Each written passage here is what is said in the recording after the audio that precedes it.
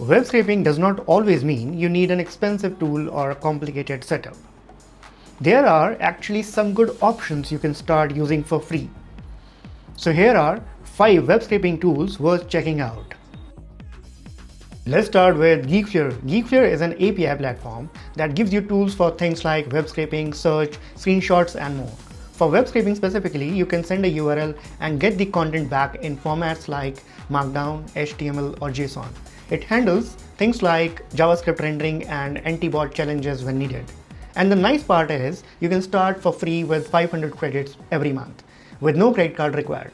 Let me quickly show you how it works. I'm in the Geekflare playground now. I will select web scraping, paste in a URL, and choose the format I want for the response. Let's go with Markdown and send the request. And there it is. You can test the response right here before writing any code. Once it looks good, you can open code snippets to get the same request in languages like Python, Node.js, PHP, or Curl.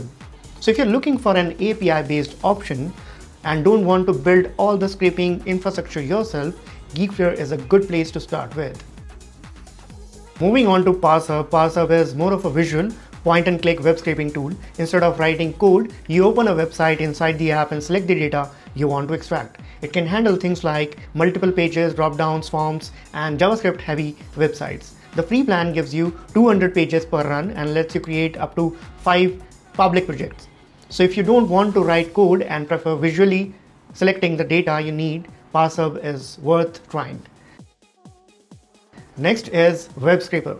This one works as a browser extension, so you can scrape data directly from the Chrome. You create what's called a sitemap, which basically tells the extension what data to collect and how to navigate through the website. You can use it for things like product listings, pagination, detail pages, and other multi-page scraping jobs.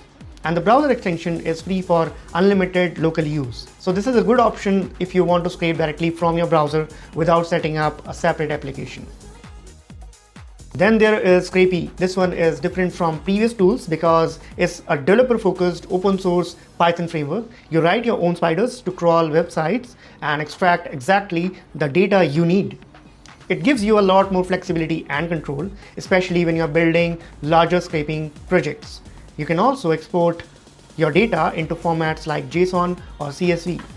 The trade-off is that you will need some Python knowledge, but if you are comfortable coding, Scrapy is still one of the strongest free options out there.